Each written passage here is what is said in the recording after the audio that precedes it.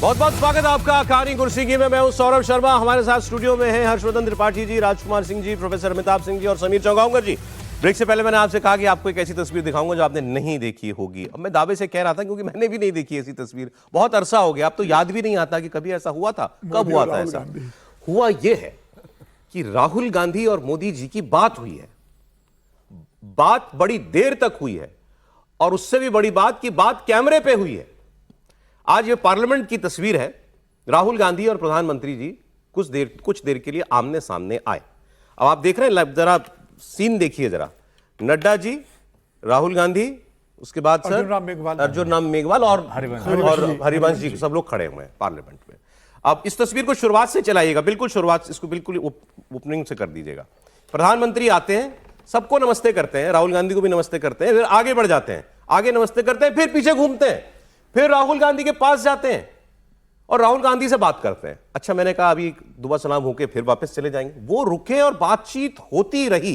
राहुल गांधी से ही बात हो रही है और राहुल गांधी बात कर रहे हैं। और बड़ी बात यह कि वो प्रधानमंत्री को देख के मुस्कुराए भी है पहली बार, और बड़ी देर तक बातचीत हो रही है। प्रधानमंत्री कुछ पूछ रहे हैं, राहुल गांधी उसका जवाब दे रहे हैं। मुझे याद नहीं आता कि ऐसी बड़ी नॉर्मल सी पिक्चर भी इन दोनों नेताओं की हो कहीं भी।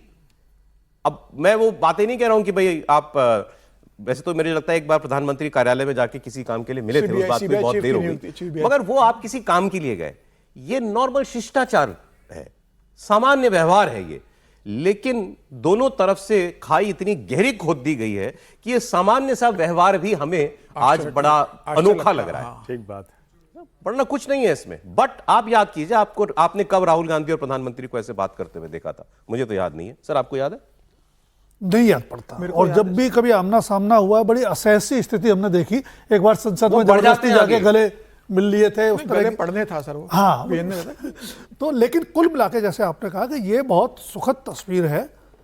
लगता ही है कि शायद कुछ सोनिया गांधी के स्वास्थ्य को लेके बहुत मुमकिन, मुझे तो यही लगा, ज्यादा संभावना यही वो है। पीछे अस्पताल में थी। हाँ, लेकिन आदर्श स्थिति ऐसी होगी कि प्रधानमंत्री और नेता प्रतिपक्ष के बीच इस तरह का संवाद देश के और समाज के ज्वलंत मुद्दों को लेकर भी अगर होता रहे तो देश के लिए ज्यादा सुखद होगा। आपको लेकिन लग रहा है कि इसमें कोई बातचीत जो हुई होगी वो यही थोड़ी बहुत ज्यादा संभावना यह है कि सोनिया गांधी के स्वास्थ्य को लेकर के या अनौपचारिक टाइप की बातचीत रही होगी? नहीं, देखिए बातचीत तो वही हुई होगी, क्योंकि ये तो नहीं माना जा सकता। लेकिन इसको हम इस तरह से भी तो देखें ना, ये इनिशिएटिव प्रधानमंत्री नरेंद्र मोदी ने लिया है। बिल्कुल, वो बात पलट के आए। और ये 1 मिनट 30 सेकंड का वीडियो है और लगभग 1 मिनट 25 सेकंड की या 20 सेकंड की बातचीत है। अब वो आगे जाते हैं, फिर लौट के आते हैं और वो राहुल गांधी के पास रुक जाते हैं। जिस भाव से बिरला जी और नड्डा जी देख रहे हैं, जरा उसको भी देखिए, क्योंकि उनको लिए भी ये चौंकाने वाला था। यानी इसका मतलब नरेंद्र मोदी के मन में आया होगा कि आज हम बातचीत करते हैं। अब वो हालचाल लेना भी हो सकता है, लेकिन ऐसे अवसर तो ढेर सारे आए ना। ऐसा थोड़ी ना है कि सोनिया जी पहली बार बीमार हुई हैं या राहुल जी इस तरह के किसी कार्यक्रम में जिसमें नेता प्रतिपक्ष होता है पहली बार है। मुझे लगता है कि ये बेहतर तरीका है। और भले समर्थक लड़े, कार्यकर्ता लड़े, नेता लड़े, लेकिन कम से कम ये स्थिति नहीं होनी चाहिए कि प्रधानमंत्री और नेता प्रतिपक्ष एक दूसरे के सामने पड़े और यूं मुंह करके चले जाएं। जब नरेंद्र मोदी से मिलने भी हो गए थे, जिसको एक वो फिल्म में आ गया था तो कहा गया जादू की झप्पी, उसमें भी जब वो गए थे ना, तो वो ये था कि देखो हमने आके ये कर दिया। वो मतलब वो एक तरह से खराब था, वो बहुत ही बैड ऑप्टिक्स। एक चीज और बोल दूं मैं, ये अभी आप ये जो देख रहे हैं, मुझे तो ये भी याद नहीं है कि ऐसे किसी सरकारी कार्यक्रम में जहां एलओपी की उपस्थिति दरकार हो, वहां ऐसे खड़े होकर प्रधानमंत्री का इंतजार भी कभी राहुल गांधी ने किया हो। ऐसे कई अवसर हैं जब वहां लोकसभा में और सदन के भीतर वो माल्यार्पण और चित्र पर पुष्पांजलि करना होता है, तो ऐसे कई दृश्य रहे। ऐसे दृश्यों में नहीं है। पार्लियामेंट के बाहर मुझे नहीं, हाँ, इस तरह का नहीं याद आ रहा है कि एकदम से लाइन लगा के खड़े, लेकिन आमतौर पर ये रहे। ये महात्मा ज्योतिबा फुले को श्रद्धांजलि देने का कार्यक्रम था। वैसे भी जो है ना सौरभ जी, जब ऐसे कोई भी कार्यक्रम होता है तो उसमें तरीका यही होता है, प्रोटोकॉल होता है। नहीं, मैं वही तो कह रहा हूं कि ऐसे प्रोटोकॉल वाली जगह पर राहुल गांधी मुझे उनकी आदत रही है प्रोटोकॉल तोड़ने की, राहुल, तो इसलिए नहीं दिखे, वरना प्रोटोकॉल इसमें बहुत कुछ अच्छा हुआ है। नहीं, उसमें मुझे सबसे अच्छा लग रहा है दोनों की बॉडी लैंग्वेज। आप देखिए, मोदी जी पीछे हाथ करके बात सुन रहे हैं और वो आगे हाथ कर, जिस तरह नड्डा जी ने किया है उस तरह एक आदर सम्मान के भाव में। और वो बात मुझे लग रहा है वही हो रही है जो हम सब कह रहे हैं कि सोनिया जी की, मैंने कह तो दिया आदर सम्मान, अभी सब लोग माता जी की हेल्थ के हालचाल निकाल के बताएंगे राहुल गांधी के पुराने बयान। और ये बहुत कंफर्टिंग है ऐसे समय में जब चुनाव हो रहे हैं और भारत की जनमानस के लिए भी अच्छा लगना है देखने में कि ठीक है सर। ऐसा कुछ हो रहा है। ठीक। अब समीर जी कैसा निश्चित लगा? रूप से मुझे लगता है कि एक बहुत अच्छा दिखा, ये बहुत दिनों बाद दिखा और होना चाहिए इस तरह का। लेकिन राजनीति में जिस तरीके से संबंध चलेगा और राहुल गांधी ने जिस तरीके से प्रधानमंत्री पर व्यक्तिगत हमले किए, जिस तरीके से कहा, प्रधानमंत्री मोदी की तरफ से भी जिस तरीके से कई बार कहा गया, उसके बाद से संबंध जिस तरीके से हो गए थे, तो ऐसा लग रहा था कि शायद ऐसी दोनों के बीच संवाद देखने को नहीं मिलेगा। लेकिन मुझे लगता है भूल जाते हैं प्रधानमंत्री नेता मोदी लोग की- तुरंत कि इसने मेरे बारे में क्या कहा था। ये नहीं, और होना भी चाहिए। देखिए, आप लोकसभा में आरोप लगाओ, चुनाव की रैली में आप आरोप लगाओ। क्या लालकृष्ण आडवाणी सोनिया गांधी पे आरोप नहीं लगाती रही, अटल बिहारी ने सोनिया गांधी पर नहीं लगाया, तमाम तरह से। लेकिन जब मुलाकात होती थी पार्लियामेंट के अंदर तो हंसी मजाक होती थी, बातचीत होती थी।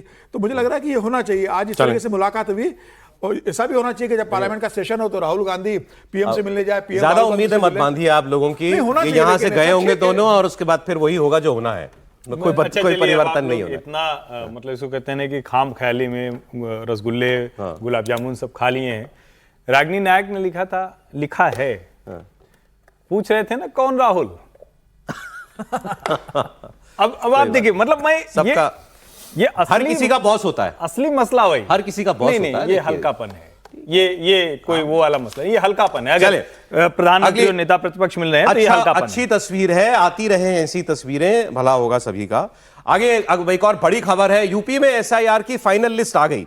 एसआईआर के बाद वोटर लिस्ट जो है वो आ गई है, पक्की वोटर लिस्ट, और करीब 2 करोड़ लोगों के नाम कट गए हैं एसआईआर में। अच्छा, ये 2014 से भी कम हो गया वोटर। 2014 में जितने लोगों ने यूपी में वोट किया था वोटर लिस्ट में, उससे भी कम हो गया वोटर। एसआईआर से पहले राज्य में करीब 15 करोड़ 44 लाख वोटर थे, अब घटकर 13 करोड़ 39 लाख 84 हजार रह गए हैं। इसमें यह भी एक खास बात है कि फाइनल लिस्ट में भले ही 2 करोड़ 5 लाख वोटर्स के नाम नहीं है, यानी कम हो गए, लेकिन ये जनवरी में जारी ड्राफ्ट लिस्ट से ज्यादा है।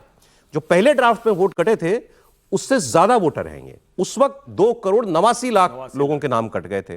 फाइनल लिस्ट में उससे करीब 84 लाख वोटर ज्यादा हैं। मतलब जितने लोगों के नाम कटे, उसके बाद उन्होंने अर्जियां लगाई होंगी, अपने डॉक्यूमेंट दिए होंगे, उन्होंने प्रूव किया कि हम जेन्युइन वोटर हैं, हमारा नाम गलत काट दिया गया है, तो वो वोट ऐड कर दिए गए। चुनाव आयोग ने यह बताया कि ड्राफ्ट लिस्ट में वोटर्स की सही मैपिंग नहीं हो पाई थी, इसलिए तब ज्यादा लोगों के नाम कट गए थे। बाद में मैपिंग भी हो गई, वेरिफिकेशन भी हो गया और उसमें हमने उन लोगों के नाम ऐड कर दिए। लेकिन अखिलेश यादव ने तब भी सवाल उठाए हैं कि पहले चुनाव आयोग ने बंगाल में चुन चुनकर टीएमसी के वोट काटे और यूपी में भी ये जो वोट कटे हैं ये विपक्ष के ही वोट कटे हैं। उन्होंने एक घटना भी सुनाई, वो आप देखिए। आप बंगाल देखिए ना, क्या किया बंगाल में कितने बड़े पैमाने पर और चिन्हित करके, ये देख करके कि किस बूथ पर बीजेपी हारती है उसी पे दूसरी पार्टी के वोट कटवा दिए। और मैं आपको लखनऊ का, यूपी का उदाहरण दे सकता हूं कि जहां पर बीजेपी ने अपनी आईटी सेल के माध्यम से एक जो दस्तखत नहीं करना जानता था, नंदलाल निषाद, उसके फर्जी दस्तखत करके बीजेपी ने समाजवादी पार्टी का वोट कटवाया। और ये जब जानकारी हम लोगों ने सामने लाने का काम किया, अभी तक किसी अधिकारी पर कार्रवाई नहीं की। ये कार्रवाई इसलिए नहीं हो रही है क्योंकि चुनाव आयोग कार्रवाई नहीं करना चाहता है। चुनाव आयोग बीजेपी के इशारे पे काम कर रहा है। और ये एक उदाहरण नहीं है, पूरे उत्तर प्रदेश के जितने बाई इलेक्शन हुए उसमें भारतीय जनता पार्टी के इशारे पे इलेक्शन कमीशन ने काम किया है। अखिलेश जी ने आरोप लगा दिया, ठीक है, वो तो अब चुनाव आयोग पर आरोप लगाना तो आजकल फैशन भी है। लेकिन आप वैसे अगर देखें, बंगाल के वोटर्स में पूछ रहा था, आबादी और वोटर, और यूपी के आबादी और वोटर लगभग दुगने के अनुपात में है, एक के बदले 2। और उसी संख्या में अगर आप देखिए तो वहां 1 करोड़ लोगों के लगभग नाम कटे हैं, तो यूपी में लगभग 2 करोड़ लोगों के नाम कटे हैं। ये रेशो कोई जरूरी नहीं है कि मेंटेन हो हर राज्य में, लेकिन यहाँ ऐसा होता हुआ दिखाया गया। जिला दुगना है, आबादी दुगनी है, मतदाता दुगने हैं, सब दुगने। बंगाल और यूपी का। अच्छा, तो 2 करोड़ जनवरी लग रहा है आपको कि ठीक ठाक कटा है, ज्यादा कट नहीं, गया? मुझे लगता है कि मैं तो ये मानता हूं इतना कटना ही चाहिए। अपना वोट चेक कर लिया आपने? हाँ, हमारा हो गया है भाई, भला हमारा हो गया है। नहीं, 24 में तो कट गया था ना, अब वो क्यों कट गया था भगवान जाने, लेकिन कट गया था। लेकिन मैं एक बात मैं पहले भी कह चुका हूं कि विद इन स्टेट सबसे ज्यादा माइग्रेशन अगर किसी राज्य में है तो उत्तर प्रदेश में। बिहार वाले निकलते हैं तो बिहार से बाहर निकलते हैं, मतलब कुछ आएंगे कि गांव और पटना होगा, वरना वो बाहर निकलते हैं, वो यूपी में ही कहीं गोरखपुर, बनारस, इलाहाबाद, फिर लखनऊ, फिर यहां आएगा। लेकिन यूपी का आदमी वहां से निकलता है तो ये पूरा नोएडा, गाजियाबाद, ग्रेटर नोएडा, ये तो सब वहीं के लोग आके यहां बसे। तो डुप्लीकेसी का सबसे ज्यादा चांस यही है, और इसीलिए मेरा ये मानना है कि इतने वोट तो कम से कम मतलब घटने ही थे, ये डुप्लीकेसी दुनिया भर की जो चीजें थी उसको मिलाकर। एक दिमाग से बात निकल गई जब योगी जी ने भी कहा था कि ज्यादा वोट कटे हैं, वोट जुड़वाइए, उस वक्त मुझे लगता है ज्यादा बातचीत, ज्यादा लग रहा था कि इससे ज्यादा वोट कटेंगे। बिल्कुल, उस समय भारतीय जनता पार्टी की चिंता यही थी, और योगी ने अपने संगठन से कहा था कि भाई बूथ लेवल पर देखिए 5 करोड़ वोटों की कटने की बात होती थी, 4 करोड़ कट जाएंगे, ऐसी चिंता थी। 60 लाख का था टोटल, लेकिन अब कटे आधे, लेकिन उससे आधे कटे 2 करोड़ करीब। तो निश्चित रूप से भारतीय जनता पार्टी के लिए चिंता का विषय था कि भाई 4 करोड़ के ज्यादा वोट कटना। उसके बाद भारतीय जनता पार्टी का संगठन एक्टिव हुआ, तमाम तरीके से हुआ, और फॉर्म 6 भी लोगों ने भरे, और 2 करोड़ वोटर कटे। अब अखिलेश यादव को ये कह रहा है कि भाई ये पूरे वोटर कटे, भारतीय जनता पार्टी ने समाजवादी पार्टी के वोटर कटवा दिए। मुझे लगता है ये बहुत हास्यास्पद है। जैसे ममता बनर्जी बंगाल में आरोप लगा रही है कि चुन चुनकर टीएमसी के वोटर काटे गए, मुझे लग रहा है उसी तरह अखिलेश यादव आरोप लगा रहा है। लेकिन मुझे लगता है बहुत अच्छे तरीके से उत्तर प्रदेश में एसआईआर की प्रक्रिया सर, मैं यहां से आपने जो बात कही ना, इसको थोड़ा सा आप थोड़ा सोचें इस बात पर। एसआईआर को लेकर इतना शोर लगभग 6 महीने से हमारे देश में चल रहा है, बिहार के इलेक्शन से पहले से चल रहा है, इतना शोर एसआईआर एसआईआर एसआईआर। कितने चुनाव हो चुके हैं एसआईआर के बाद? बंगाल का इलेक्शन, बिहार का इलेक्शन हो गया, असम का इलेक्शन हो गया, पूरा हो गया, और केरल का इलेक्शन पूरा हो गया। ठीक, अब बंगाल में एसआईआर हो गया, अब इलेक्शन 15 दिन में हो जाएगा। एक घटना मात्र जो अभी बंगाल में हुई, मालदा में, जहां पर भीड़ ने उन न्यायिक अधिकारियों को घेर लिया, ये कथित तौर पर इस आरोप में कि भाई हमारे वोट काटे जा रहे हैं, वहां वो भीड़ पहुंच गई। इसके अलावा इतने राज्यों में कहीं कोई घटना ऐसी हुई जहां लोगों ने आक्रोश खुद जेन्युइन अपने आप आकर के भाई हमारा वोट काट दिया, गलत काट दिया हमारा वोट, जैसे अखिलेश यादव कह रहे हैं कि सारा पीडीए का वोट कट गया। कहीं कोई ऐसे लोग सड़क पर निकलते हुए आपने देखे? अगर ये 2 करोड़ लोगों में से 10 लाख भी ऐसे लोग हैं कि जो वोट होना चाहिए था और काट दिया गया, एक बस्ती में मान लीजिए 10 लोग 20 लोग ऐसे हैं, वो चुप बैठेंगे क्या? वो आएगा, सड़क पे आए, वो कहीं तो जाएगा। कहीं कोई ऐसी घटना नहीं है सिवाय एक वो बंगाल वाली घटना को देख के। लेकिन फिर भी आज भी एसआईआर क्या डाउटफुल है? नहीं, एसआईआर की प्रक्रिया जटिल जरूर है, लेकिन उसको डाउटफुल कहना मुझे लगता है कुछ ज्यादा राजनीतिक नजरिया है। और बंगाल में भी जो विरोध आपको दिख रहा है वो आम आदमी का विरोद नहीं है। वो पता नहीं कितना प्रायोजित था, कितना हमने वो मालदा genuine वाले था। पे भी डिस्कस किया था, वो पॉलिटिकली स्पॉन्सर्ड रहा। जिन लोगों के नाम आए, जिनकी जो आइडेंटिटी है, जो उनका एफिलिएशन है, वो सीधे सीधे पॉलिटिकल पार्टी के लोग हैं, तो उसके पीछे राजनीति ज़्यादा है। दूसरा, यूपी की अगर बात कर लें तो ये जो नाम कटे हैं लगभग 13% वोटर कम हुआ है जी। और अगर परसेंटेज की बात करें तो जिन सीटों को आमतौर पर मुस्लिम डोमिनेटेड या अपोजिशन की सीट मान लेते हैं, वहाँ नाम कटने का परसेंटेज 8 से 13% तक है। और जिन सीटों से, जिन जिलों से बीजेपी की चुनावी सफलता ज़्यादा रही है, वहाँ बल्कि ज़्यादा परसेंटेज लोगों के नाम कटे, 13 से 22 तक जा रहा है वो। तो ये आरोप निराधार 30% तक भी आप ठीक कह रहे हैं। मैंने देखा जहां बीजेपी जीती है, जहां बीजेपी ज्यादा मार्जिन से जीती है, वहां ज्यादा वोट कटे हैं, वहाँ ज़्यादा वोट कटे। और फिर अखिलेश यादव अब जो कह रहे हैं, अगर आपको याद हो कुछ महीने पहले अखिलेश यादव का कहना यह था कि हमें तो फायदा होने वाला है इससे। बिल्कुल बोला जब था। योगी जी ने आशंका जताई थी कि वोट कट जाए, तो कुल मिला के एक कानूनी प्रक्रिया है, संवैधानिक प्रक्रिया है, निष्पक्ष और जी। स्वतंत्र चुनाव के लिए हर चुनाव से पहले होती भी है। तो उसका राजनीतिकरण करने के बजाय जैसे बीजेपी ने काम किया कि उनके समर्थकों के या वोटर्स के नाम न कटें, वैसे बाकी पार्टी को भी करना नहीं, चाहिए। सर, बाकियों ने भी किया है ना। देखिए मुस्लिम हाँ, बस्तियों में क्या प्रोफेसर साहब, जबरदस्त अगली खबर पे लाइनें जा रहा लगाकर हूं, सबने जुड़ी सी किया खबरें है। हैं, ठीक है, फिर आपका रिएक्शन लेते हैं। देखिए दूसरा काम, जैसे अभी राजकुमार जी ने बीच में याद दिला दिया था कि 16-17 में 16-17-18 पार्लियामेंट का विशेष सत्र बुलाया गया है कि नारी वंदन अधिनियम को, मतलब महिला आरक्षण जो दिया जा रहा है उसको, उसमें कुछ संवैधानिक संशोधन करने हैं और उसके लिए विशेष सत्र बुला लिया गया। अब कल कांग्रेस की मीटिंग हुई और कांग्रेस ने इस पर जो है अपना एतराज जताया है। कांग्रेस के वरिष्ठ नेताओं ने कल सीडब्ल्यूसी की बैठक में महिला आरक्षण से संबंधित कानून में संशोधन करने की सरकार के कदम और इसके साथ जो परिसीमन होगा, जो अब पिछली जनगणना के आधार पर ही किया जाएगा, नए सेंसस का इंतजार नहीं किया जाएगा, उस पर ऐतराज किया। कांग्रेस की यह बैठक संसद के वर्तमान बजट सत्र के तहत अगले हफ्ते होने वाले दोनों सदनों की 3 दिवसीय बैठक के कुछ दिन पहले हुई है।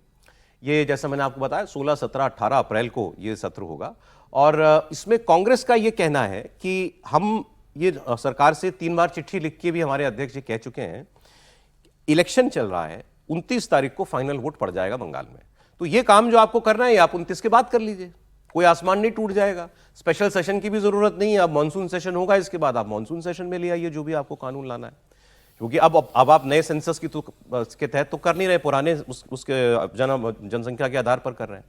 तो उनका कहना है कि बीजेपी ये चुनावी फायदा लेने के लिए मिड इलेक्शन ये पार्लियामेंट सत्र लाना चाहती है, ताकि बंगाल में खास तौर पर महिलाओं को ये बताया जाए कि देखिए कितना महिलाओं को प्रोत्साहन देने के लिए ये बीजेपी की सरकार काम करती है, और 33% आरक्षण उनको जो है वो पार्लियामेंट में और राज्य और विधानसभाओं में दिया जा रहा है। कांग्रेस की बात सुनाते हैं।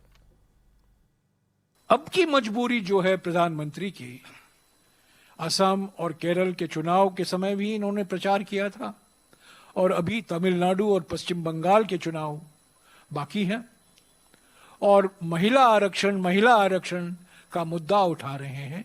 महिला आरक्षण मुद्दा ही नहीं है।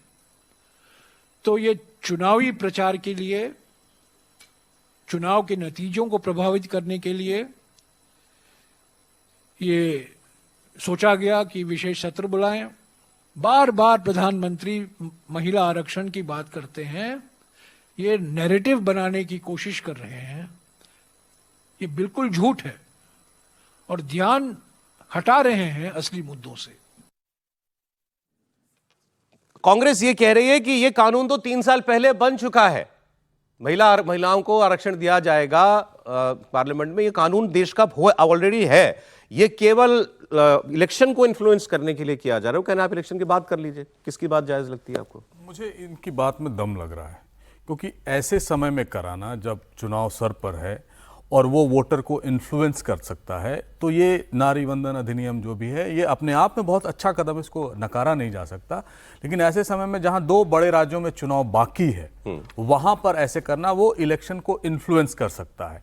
लेकिन इसका मतलब ये नहीं है कि आउटकम जो है जो डिटरमिन करेगा यही, ये एक मुद्दा रहेगा, लेकिन ये डिटरमिन कर सकता है। एक माहौल बनेगा इससे। एक माहौल बनेगा, बिल्कुल बनेगा, और वो बीजेपी के पक्ष में जाएगा कि जहां महिला एम्पावरमेंट सबसे ज्यादा है। दूसरी बात, इसका अभी चूंकि इलेक्शन चल रहे हैं तो कोई बहुत खुलकर मुखर विरोध भी नहीं कर पाएगा, खुल के कोई कर भी नहीं पाएगा, क्योंकि कांग्रेस ये क्लेम करती रही कि उन्होंने ये ट्रेंड शुरू किया था 33% महिलाओं का रिजर्वेशन करके, और जितनी ऑपोजिशन पार्टी उस समय थी, खासकर जो समाजवादी पार्टी आरजेडी थी, वो अपोज करती थी, तो उनको एक एडवांटेज मिलेगा। लेकिन ये वोट में कन्वर्ट कर पाएगा इमीडिएटली, मुझे नहीं लगता। आपको लग रहा है कि ये वाकई चुनावों को ध्यान में रख के मिड इलेक्शन लाया गया? अच्छा ठीक है, अब इसमें असल पेच मैं आपको बताता हूं क्या है, जहां कांग्रेस पार्टी इसमें पॉलिटिक्स ला रही है। महिला आरक्षण बिल को लेकर कांग्रेस कार्य समिति की बैठक में सोनिया गांधी ने अपनी बात रखी, और सोनिया गांधी ने कहा कि आरक्षण में आरक्षण होना चाहिए, महिला आरक्षण में ओबीसी आरक्षण भी होना चाहिए, ओबीसी महिलाओं को उनका हक मिलना चाहिए, और तत्काल प्रभाव से ये आरक्षण जो है वो लागू होना चाहिए। मतलब कोटा विद इन कोटा, 33% महिलाओं के लिए सीट रिजर्व करो, और उसके अंदर ओबीसी महिलाओं के लिए आप सीट रिजर्व करें। यह बात उन्होंने कही है। अच्छा, इस पर पहले भी हम लोग बात कर चुके हैं, विधायिका में मतलब पार्लियामेंट में और असेंबलीज में ओबीसी आरक्षण नाम की कोई चीज नहीं है, एग्जिस्ट ही नहीं करती।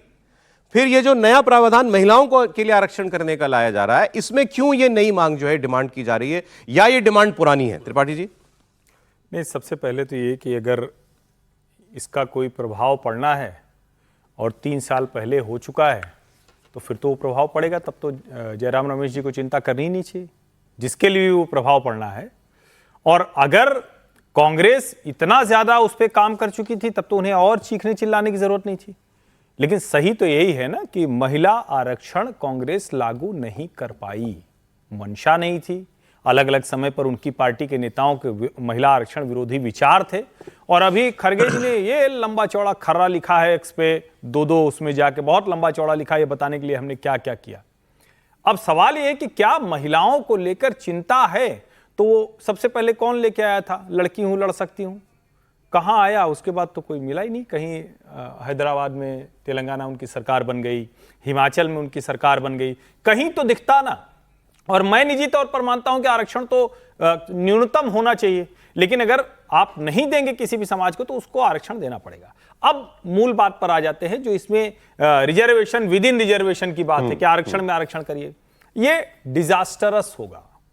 ये विचार ही ठीक नहीं है कि महिला को भी आप अगड़ा पिछड़ा दलित ऐसे करके बांटे, और जो SC ST का है संवैधानिक तौर पर वो तो ऑलरेडी है, वहां तो आपको महिला पुरुष अलग अलग से बांटने की जरूरत है नहीं। वो रिजर्वेशन तो जब से भारत आजाद हुआ है उतनी सीटों पर SC ST के लिए होता वो है। इन 33% में भी चलेगा ना अलग नहीं से? वो तो अलग है, वो तो चलेगा ही चलेगा। हाँ। उसमें तो कोई हिब्बत नहीं है। ये जो महिलाओं को मिल रहा है, महिलाओं का हिस्सा तो महिला के आधार पर है ना, तो जहां जहां वो महिला आइडेंटिटी है, ये इसको समझिए। और दूसरा, जिस नहीं, मैं फराज फिर दोबारा मैं कह रहा हूं, एक तो ये बात हो गई भाई 550 की पार्लियामेंट है तो उसमें से इतना रिजर्वेशन SC ST की सीटों का हो गया।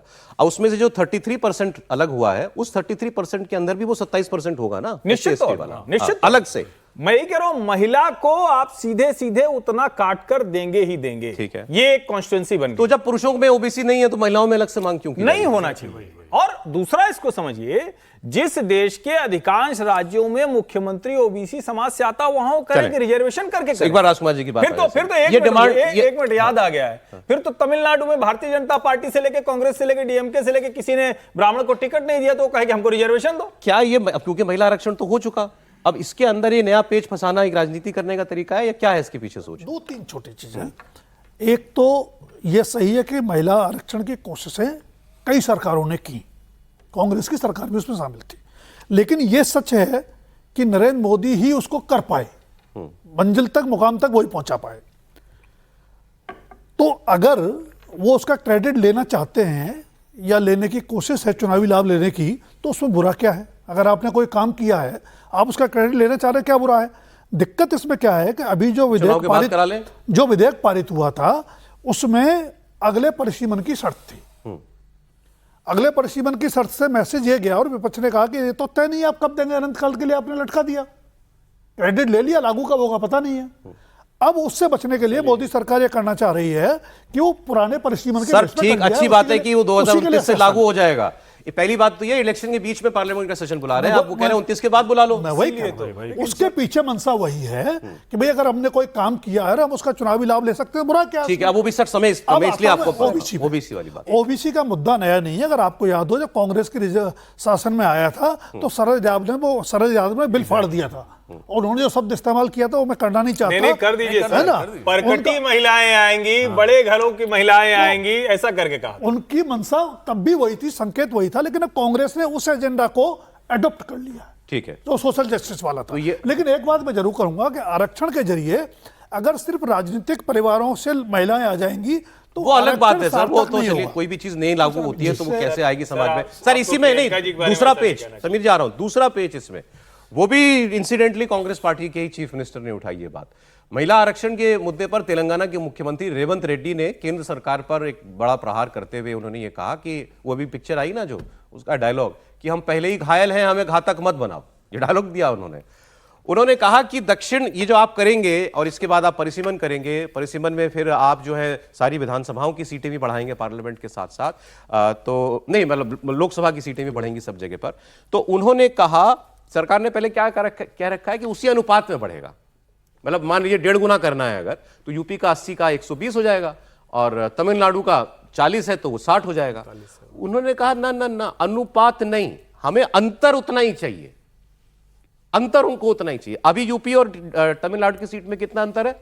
40 सीटों में 40 मान के चलता हूं, तो 40 सीट का अंदर है, यूपी में 80 उधर 40, 1.5 गुना हो जाएगा तो इधर कितना हो जाएगा 120, उधर हो जाएगा 60, अंतर हो जाएगा 60 सीट का। उन्होंने कहा नहीं, अंतर वही होना चाहिए उतनी ही सीटों का जितना आज है, हमें इस बात का दंड मत दीजिए कि हमने अपने आप बेहतर काम किया, हमारी जीडीपी ज्यादा है, हमारी आबादी कम है, तो इसका दंड ना दे हमको, हमें जितना अंतर नॉर्थ और साउथ की लोकसभा सीटों में है एग्जैक्टली उतना ही अंतर चाहिए परिसीमन के बाद भी।